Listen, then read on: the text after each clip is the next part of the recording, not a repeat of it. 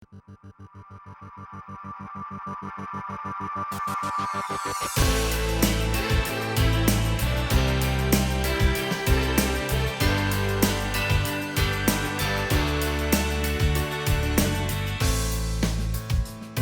cannoedd o athrawon Cymru wedi mynychu digwyddiadau poblogaidd Cwrdd Hwb Llywodraeth Cymru.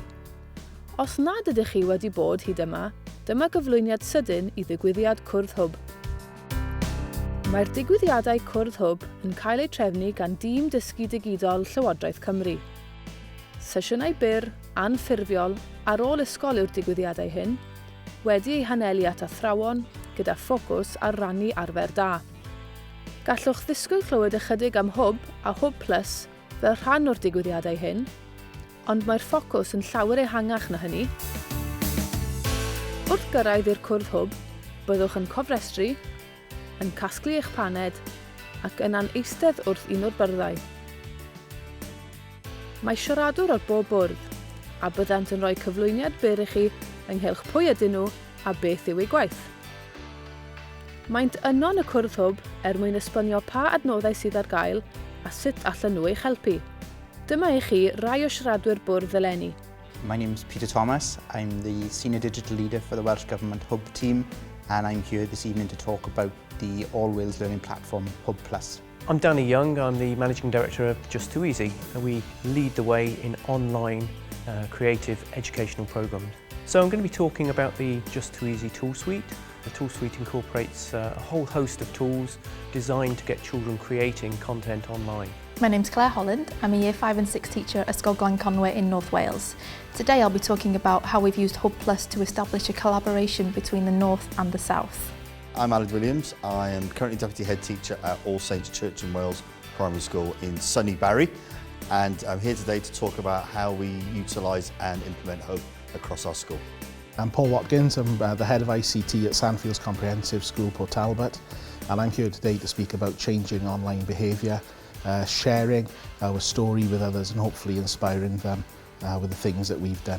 Hi, my name is Richard Hart. I'm from CDSM Interactive Solutions. We're a Welsh company based in Swansea. We're currently providing the tools and experience for Hwb, and it's our stated aim to raise attainment in Wales and to improve the life chances of our young people. Yn enw i Bethan Hopkins Williams, dwi'n reolwr adnoddau digidol cyfnod Rhyddol 3. Dwi yma heno i siarad amdano yr adran addysg, y Llyfrgell Genedlaethol a'r gwaith dyn ni'n wneud a'r adnoddau dyn ni'n creu ar gyfer darpar athrawon, disgyblion a myfyrwyr. Rhoi mynediad iddyn nhw felly at yr adnoddau hynny trwy wefan y Llyfrgell. My name is Howard Roberts. I'm the Programme Coordinator for Interfilm Cymru. I'm here today to talk about our work through film and education.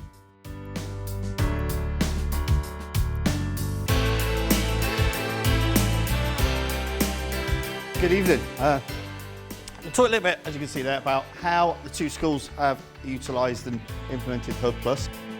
Bydd prif siaradwr hefyd ym mhob Cwrdd Hwb. Fel arfer, rhywun sy'n arloesol ac sy'n gysylltiedig â'r byd addysg. Mae'r prif siaradwr hefyd yn cynnal bwrdd, gan roi cyfle i bawb ei holi am ei cyflwyniad. Mae pob Cwrdd Hwb yn fywiog ac yn anffurfiol, cyfle i rannu gwybodaeth a phrofiadau o'r digwyddiadau hyn.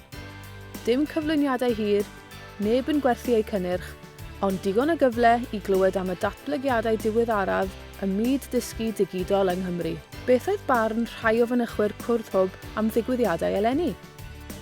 Do, oedd o dda iawn, oedd yna lot o symud o gwmpas a lot o bethau gwahanol a gwybodaeth gan nifer o wahanol lefydd i fod yn honest, oedd o'n dda iawn.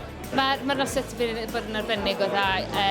Mae wedi bod yn cyfle arbennig i ni gael siarad ar gwahanol bobl yma o'r e-safety i'r Hwb, yr Hwb Plus. So bydd e'n neis nawr i fynd nôl i'r ysgol i gael dechrau popeth.